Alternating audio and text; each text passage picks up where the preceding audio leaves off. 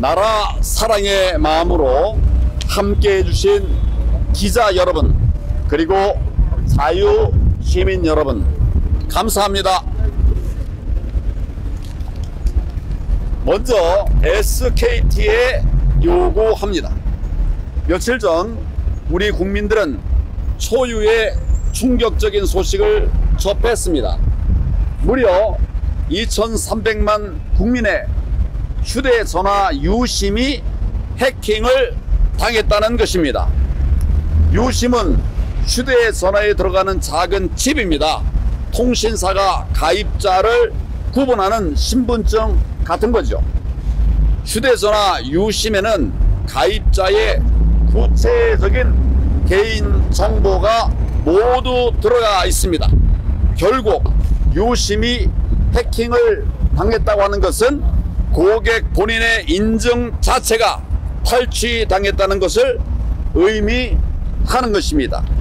이로 인해서 우리나라 국민 절반이 금융 피해의 무방비로 노출된 것입니다. 뿐만 아니라 유심에 들어있는 정보로 대량의 위조 신분증 제작 등 수많은 불법 행위가 가능합니다.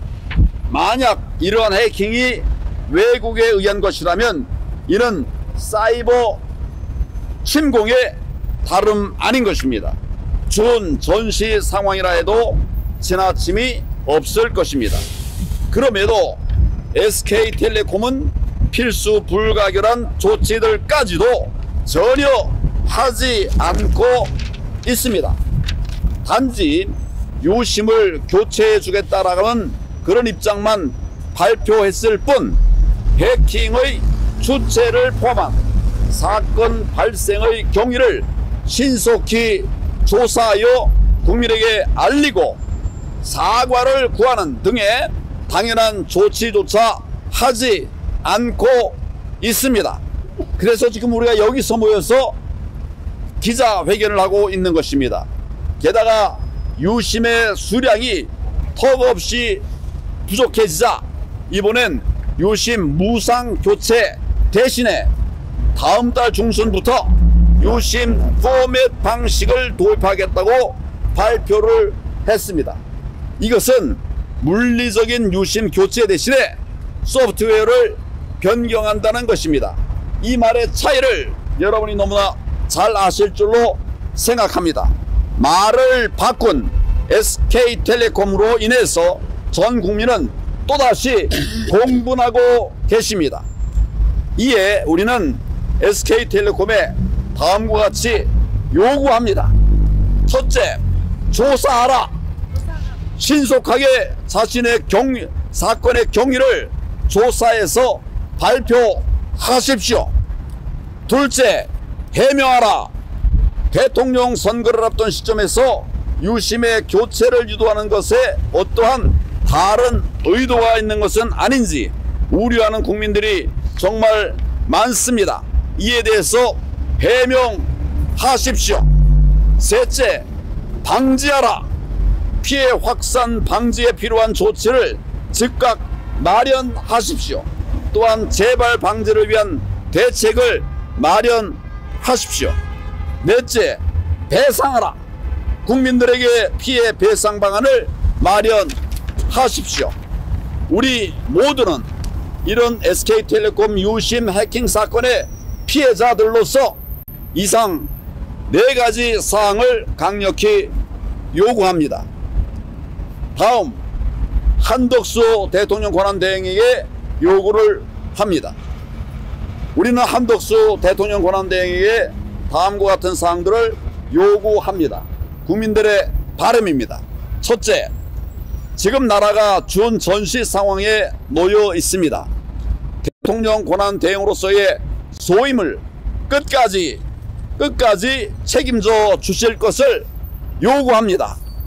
한덕수 권한대행께서 훌륭한 대통령 후보임은 이론의 여지가 없습니다. 그러나 지금은 현직 대통령이 탄핵되고 사이버 침공까지 발생한, 말하자면 전시 상태입니다. 부디 나라의 안보와 안위를 먼저 생각하십시오. 국정 안정에만 전념해 주실 것을 간곡히 당부드립니다. 저도 8년 전에 대통령 권한대행직을 수행하던 시절, 당시 미국 트럼프 대통령으로부터 대통령에 출마할 것이냐 이런 질문을 3차례나 받은 바가 있습니다. 그러나 저는 국정을 안정시키는데 최선을 다하는 것이 책임지는 자세라고 생각한다, 이런 말로 답을 대신했습니다. 현직 대통령이 탄핵된 상태에서 미국과의 관세 협상, 대형 재난 등 연이어 끊이지 않고 있는 국가 위기 상황 속에서 국정 최고 책임자가 선거에 출마하면 당연히 공백이 생길 수밖에 없습니다.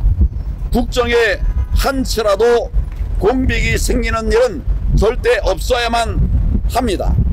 저는 한 권한대행께서도 당시의 저와 같은 판단을 하실 것이라고 믿었습니다. 그러나 최근에 총리 비서실장이 이미 사표를 냈고, 또 공보실장, 정무실장 등 핵심 참모진들도 한 권한대행과 함께 동반 사퇴한다는 소식이 들려오고 있습니다. 그러면 손은 누가 키웁니까? 지금과 같은 비상 상황에서 국정을 책임져야 하는 대통령 권한대행의 행보로는 참으로 부적절하다고 할 것입니다. 지금이라도 한 권한대행께서 끝까지 대통령 권한대행으로서의 국정 운영을 책임질 것을 천명해 주시기를 바랍니다. 앞으로도 기회는 분명히 다시 옵니다. 둘째, 사전투표를 잠정 중단해 주십시오. 사전투표를 잠정 중단해 주십시오. 대통령 긴급명령권 발동으로 이번 대선에서 사전투표를 잠정 중단시키고 당일 투표로만 선거를 치르도록 해 주실 것을 강력히 요청합니다.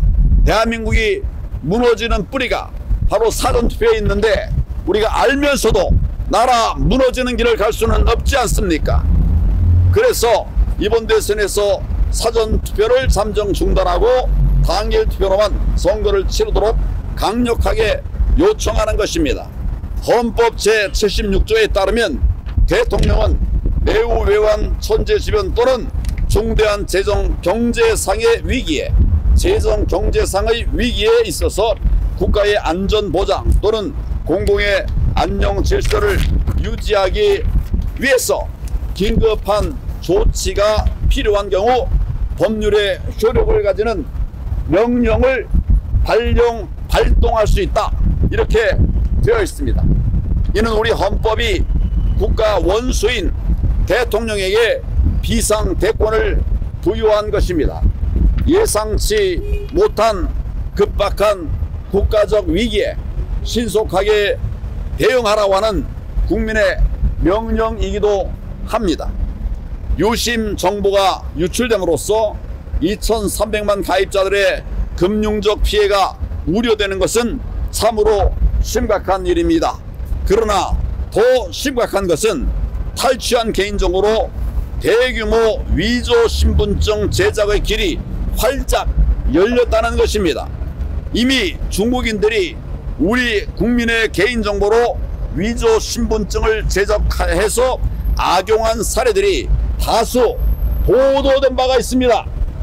게다가 얼마 전부터 중국인들의 무비자 방문이 허용됐습니다. 만약 이번 대선에서 대규모로 입국한 중국인들이 위조 신분증을 만들어서 사전투표에 나선다면 현행 사전투표 시스템으로는 이들을 걸러낼 방법이 전혀 없습니다. 사전투표소에 비치된 소위 본인 확인기라고 하는 것이 있습니다. 이것은 지문 식별을 통해서 본인인지 아닌지를 확인하는 기능을 전혀 갖고 있지 못하다는 사실을 이미 중앙선관위가 자인하기까지 했습니다. 본인 확인을 해주는 기능이 아니라 그저 신분증과 지문을 스캔하는 기능만 있을 뿐이라는 것입니다. 그러니 어떻게 중복 투표를 걸러낼 수가 있겠습니까? 어떻게 이런 사전투표 방식을 믿을 수가 있겠습니까? 이뿐만 아니라 선관위는 그동안 선거관리 데이터는 내부망으로 운영되기 때문에 해킹이 절대로 불가능하다고 주장을 해왔습니다. 그런데 며칠 전 선거 통계 시스템에 사이버 공격이 있었다라고 하는 것을 공표를 했습니다. 더 충격적인 것은 해킹 시도가 있은 후에 선거 통계 자료의 여러 내용이 변경된 것이 확인되었습니다. 우리가 그걸 확인을 했습니다. 그동안 중앙선관위는 선관위 시스템은 절대 해킹당하지 않는다고 수없이 주장을 해왔습니다. 그런데 그랬던 중앙선관위가 도대체 웬일로 먼저 해킹당했다고 발설을 했을까요? 정말 너무 수상하지 않습니까? 그러니 이런 상태로 나라의 명운이 걸린 대통령 선거를 치를 수는 없다는 것은 너무나 자명한 사실입니다. 이에 우리는 한독수 권한대행에게 준 전시 상태가 해소될 때까지 이번 선거에 한해서 사전투표를 잠정 중단하고 당일 투표만으로 선거를 치르도록 하는 긴급 명령을 발동해 주실 것을 강력하게 요청합니다. 한독수 권한대행은 구국의 심정으로 국민의 명령에 즉각 응해 주셔야만 합니다. 지금 대한민국은 체제 전쟁 중입니다. 자유민주주의 국가를 지켜내느냐, 공산주의 국가로 가느냐, 그 갈림길에 서 있습니다. 그리고 그 관건은 부정선거 척결 여부에 달려 있습니다. 부디 한덕수 대통령 권한대행께서는 오직 나라만을 생각하십시오. 마지막까지 대통령 권한대행으로서의 소임을 다해 주시고 이번 대통령 선거에서 사전투표를 잠정 중단한다는 긴급 명령을 발동해 주시기를 정말 국민의 이름으로 간절히 요청합니다. 감사합니다.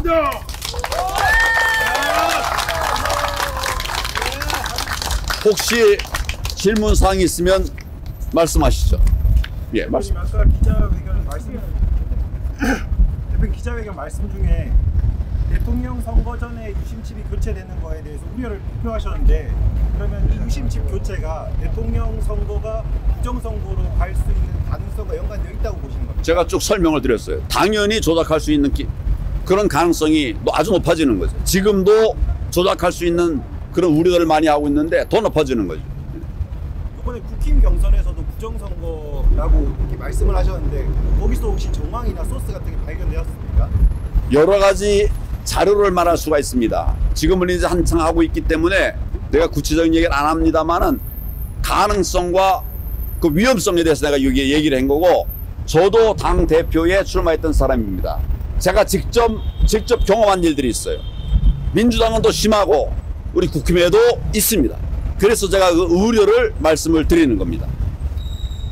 2025년 1월부터요 블록체인이라는 프로그램으로 선거를 진행한다라고 공표를 해놨는데요. 이 블록체인은 중앙 서버에 기록이 남지 않는다라고 되어 있거든요. 근데 이런 프로그램으로 선거를 할 경우에 부정선거를 한다고 해도 표시가 나지 않을 텐데 나중에 수사를 할 수 없을 텐데 이 블록체인 프로그램에 대해서 어떻게 생각하십니까?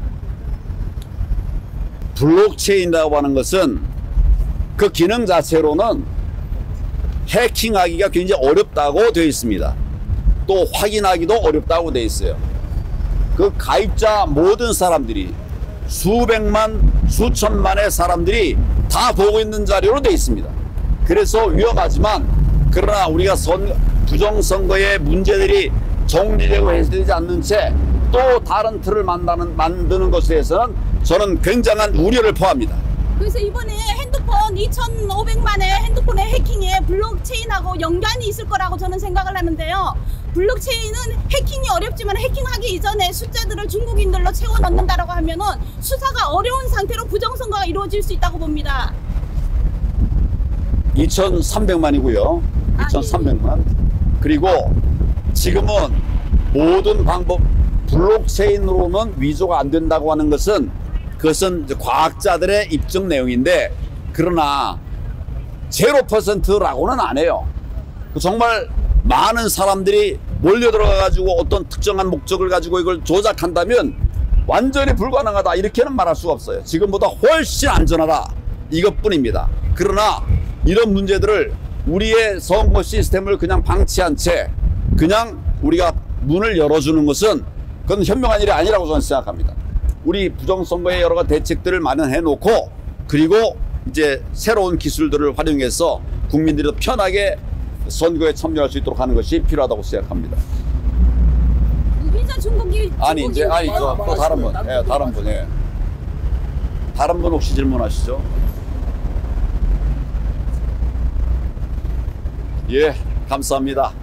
정말 지금 나라가 위기 상황이어서 제가 이렇게 거리를 나왔는데, 제가 여기를 온 이유는 아시겠죠? 이 앞에 뭐가 있는지 아시죠? 이 사람들 하나하나가 정신을 차리지 않으면 나라가 무너지는 것입니다. 제가 체제 전쟁이라고 말씀을 드렸는데, 우리나라는 말 그대로 공산주의 국가로 가느냐 자유민주주의 국가로 그냥 지켜내느냐, 그런 경계 손상에 있습니다. 제가 몇 년 전부터, 한 4, 5년 전부터 사회주의 국가로 갈 가능성이 많아졌다. 특히 문재인 정부의 모든 정책은 다 사회주의 정책입니다. 공산주의를 향하는 그런 노정을 가고 있었습니다. 그 얘기를 했는데 그 당시에는 아무도 그 얘기에 경청하지 않은 것 같아요. 아, 또 그런 소리냐? 뭐 또 무슨 여러분, 요새는 부정선거 얘기하는 것을 음모론이라고 말하는 놈이 하나도 없죠?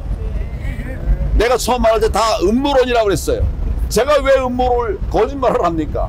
저는 정말 오랫동안 선거 사범을 다뤄온 사람이고 수사한 사람이고, 제가 정주영 국회의장도 선거법 위반으로 조사한 사람이라는 말씀을 드린 바도 있어요. 그런 사람이 왜 음모론을 얘기합니까? 지금 대한민국을 무너뜨리는 길들을 저들은 음모론이라는 것으로 포장해가지고 우리를 속이고 있습니다. 여기 속아 넘어가면 안 됩니다. 우리 한 번 실수하면 다시 되돌릴 수가 없습니다, 여러분. 한 번 실수하면 다시 되돌릴 수가 없어요. 공산주의 국가로 가고 북한으로 가서 어떻게 되돌리겠습니까? 그래서 저는 정말 목숨 걸고 싸우겠다, 그런 생각을 하고 있는데 여러분 뜻을 같이 해주시기 바랍니다. 예, 감사합니다. 감사합니다.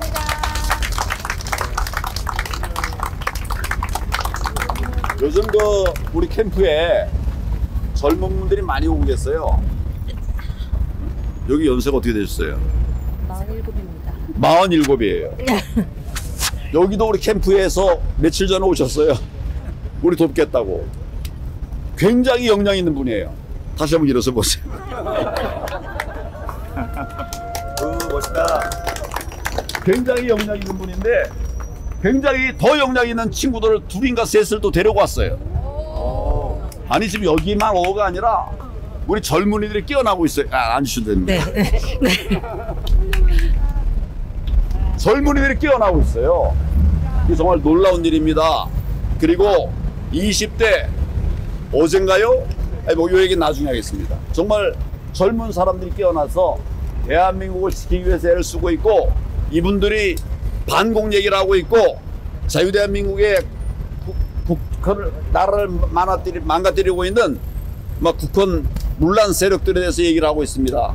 여러분 대단하지 않습니까? 맞습니다. 근데 그러면 연세 드신 분들이 좀 서운해할 수도 있어요. 근데 저는 연세 드신 분들이 대한민국의 오늘을 만든 겁니다, 여러분. 맞습니다. 내가 여러 번 얘기했지만 제가 출생한 것이 1957년인데 그때가 대한민국이 제일 잘 못 살 때예요. 세계에서 가장 가난할 때예요. 1년에 70불. 1년에 70불이면 얼마입니까? 10만 원도 안 되는 걸 갖고 살았어요. 그랬던 세대를 지켰던 분이고 고생을 해서 자유 대한민국을 세워내고 또 산업화를 이뤄서 대한민국의 오늘을 이루었습니다. 그럴 때 우리 젊은 친구들은 세상에 없었죠. 그러나 이렇게 틀을 만들어서 정말 대한민국을 세계가 다 부러워하는 당당하고 떳떳한 이런 대한민국으로 만들어냈는데 지금 이 종북 좌파들, 전교조, 민노총 이런 자들이 나라를 다 무너뜨리고 있습니다. 그리고 젊은이들을 속였습니다, 그동안. 그런데 젊은이들이 깨어난 거예요. 그건 아니다. 깨어난 거예요. 윤석열 대통령의 탄핵으로 개몽되었다 이러면서 다 일어나고 있고 지금 엄청나게 많은 청년 우리 캠프에도 지금 말씀드린 것처럼 30대, 40대, 20대까지 이런 분들이 와서 저를 돕고 있어요. 하나하나 다 기억도 못할 정도로 많은 분들이 와서 이렇게 애를 써주고 계시는데 세상은 바뀝니다. 좌파가 우리나라를 무너뜨리려 하더라도 우리 국민들은 반드시 그 좌파의 폭정을 나라 무너뜨리는 길을 막아낼 거라고 생각합니다. 자, 바로 질문이 없으면 여기서 마치도록 하겠습니다. 질문이 있습니다. 그 정광훈 목사가 대선 출마를 했잖아요. 근데 피선거권이 없어서 출마를 못할 것 같은데 혹시 그렇게 되면은 정광훈 목사와 또 함께 하실 생각은 있으신지 궁금합니다. 저는 전광훈 목사님 잘 아는 사람입니다. 오래 같이 한 사람이고 지금은 둘이 붙어가지고 다 가긴 어려우니까 연대 같이 가자 그런 입장을 갖고 있어요. 지금도 그렇습니다. 예, 이제 질문 그만하시죠. 예, 감사합니다. 감사합니다. 고맙습니다. 고맙습니다. 화이팅! 화이팅!